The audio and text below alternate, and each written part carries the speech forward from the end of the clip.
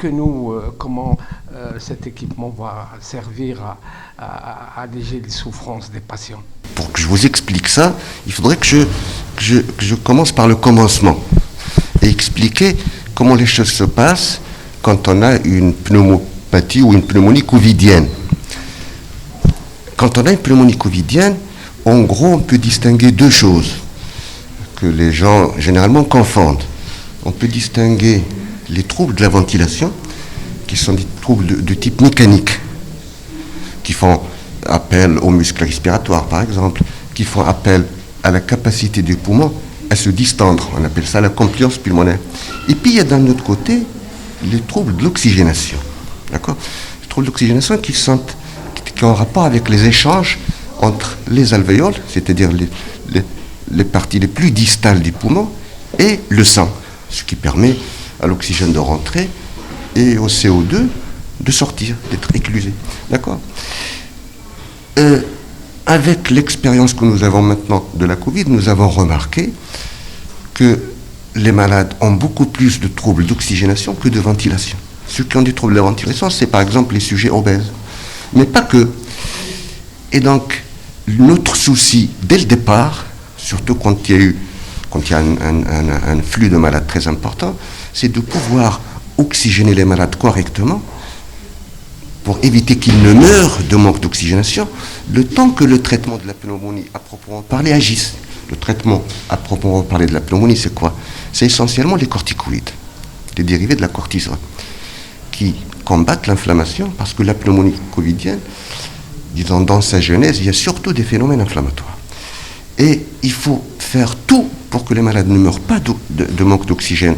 Nous appelons ça hypoxémie, le temps que le traitement agisse. Alors, on s'est rendu compte qu'avec les moyens classiques d'oxygénation, ce que vous voyez par exemple quand on met de l'oxygène avec un masque, on atteint des niveaux d'oxygène,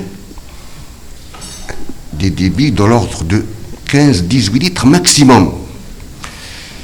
Eh bien, on s'est dit que si avec 15-18 litres ça ne suffit pas et qu'on est obligé d'aller vers des moyens sophistiqués de ventilation, eh bien on a peut-être perdu la partie.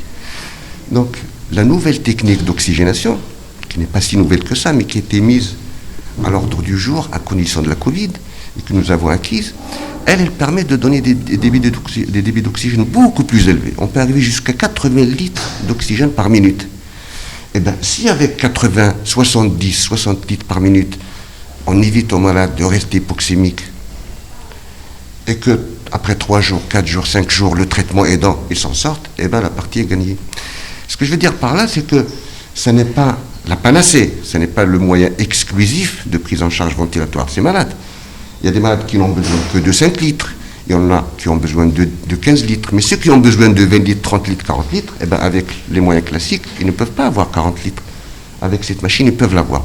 Il y a des malades qui, avec tout ça, eh ben, auront besoin d'autre chose, auront besoin d'assistance ventilatoire, à proprement parler, de machines qui puissent les aider à ventiler. Voilà, donc ce sont plusieurs moyens, il n'y en a pas un seul qui puisse être la panacée à lui tout seul, ce sont plusieurs moyens qu'on utilise de façon, on fait des va-et-vient, un coup oxygénation.